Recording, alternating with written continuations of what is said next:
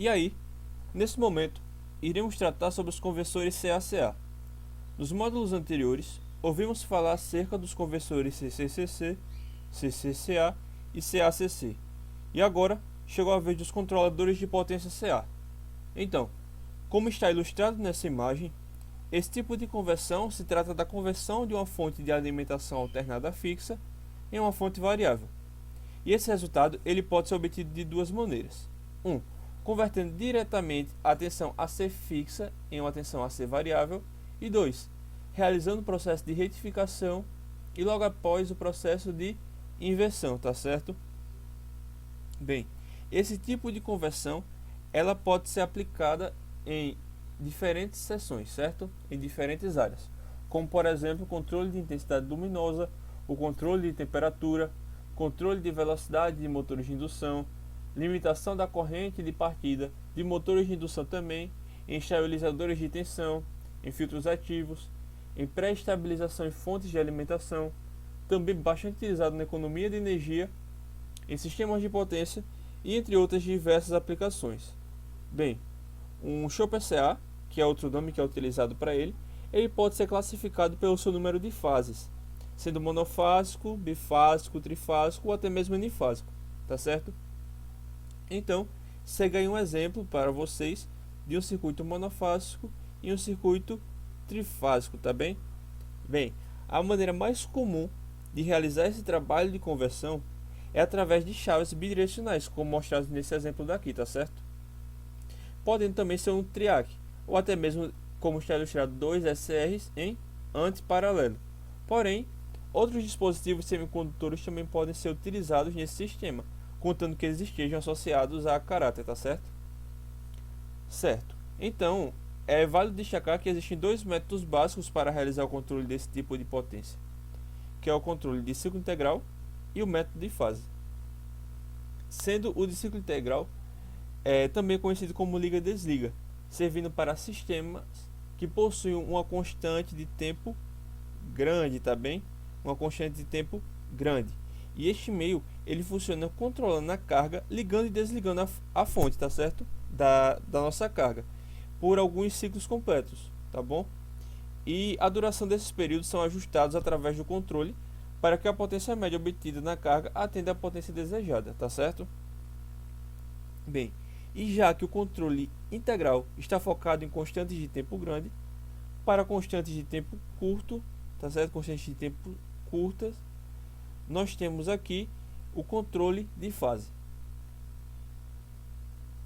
Neste tipo de controle, conseguimos obter a potência desejada na carga mediante o controle do ângulo de disparo das chaves, que variam de 0 a 180 graus. Então, pode-se obter qualquer valor desejado da potência para a carga variando entre 0 e a tensão da fonte.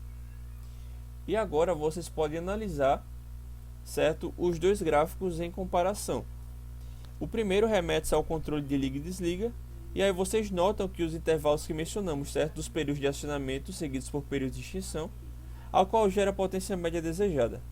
Já o segundo mostra a vocês como ocorre o funcionamento do disparo das chaves através do ângulo escolhido, evidenciando o controle por fase, tá certo? O período em que ocorre a variação dos ciclos ativos e extintos no método de controle integral é responsável pela potência média resultante na carga, e nós podemos calcular ela da seguinte forma: levando em consideração uma carga resistiva, tá certo? Então, nós temos o período, tá certo? O período é tido como o período extinto mais o período ativo. E temos também o nosso duty cycle, que nada mais é do que o nosso período ativo dividido pelo período total, tá bom? E com isso nós podemos obter a potência média, tá certo?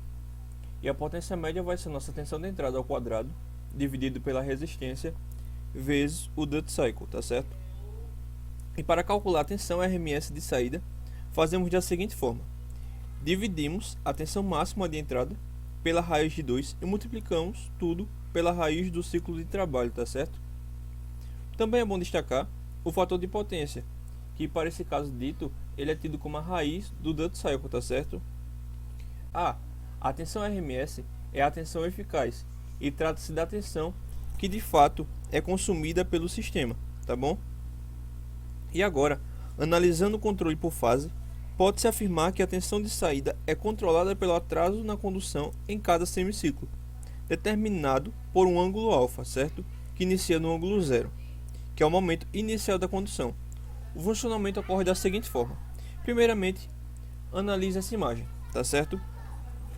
Quando o SR1 está polarizado no semiciclo positivo, se começa a conduzir a potência a partir do ângulo alfa e vai até 180. Após isso, dá-se início ao semiciclo negativo, que só fornece potência mediante a polarização do SR2 a partir do ângulo 180 mais alfa e conduzindo até 360. Calculando agora a tensão RMS e a corrente RMS para uma carga resistiva, nós temos que a tensão RMS, tá certo? Ela é dita como a a tensão de entrada, multiplicado pela raiz de 1 menos alfa dividido por π mais seno de 2 alfa dividido por 2π. E a corrente RMS, ela é algo parecido, tem a sua equação parecida com a de tensão RMS, tá certo? Que ela é dada pela tensão de entrada dividido pela resistência, tá certo? Que isso atende à lei de Ohm, multiplicado pela raiz, tá certo? De 1 menos alfa sobre π mais seno de 2 alfa dividido por 2π, tá bom? Bem, e sabe-se que quanto menor o ângulo de retardo, maior será o valor da potência, e quanto mais próximo de 180, mais próximo de zero a potência média se tornará, tá bom?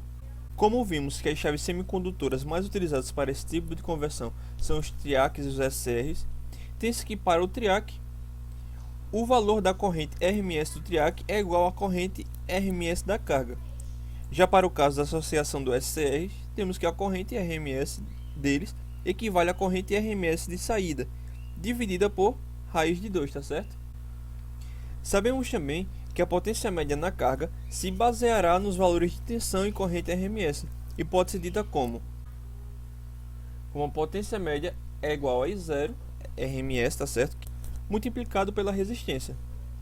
Ou também nós temos aqui que a nossa potência média, ela pode ser a nossa tensão RMS ao quadrado, dividido pela resistência. É interessante notar que, no cálculo de corrente e tensão eficaz para esse tipo de controle, contém um termo em sua equação que se repete.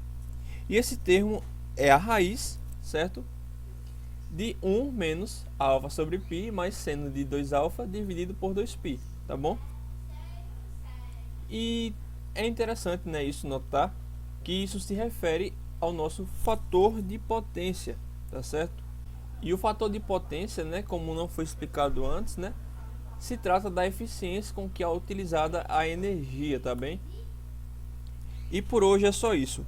Qualquer dúvida que vocês tiverem, pode deixar aí nos comentários que o mais em breve estaremos respondendo. Na próxima aula estaremos tratando acerca de um exercício de aplicação desses conceitos, tá certo? Muito obrigado e até a próxima.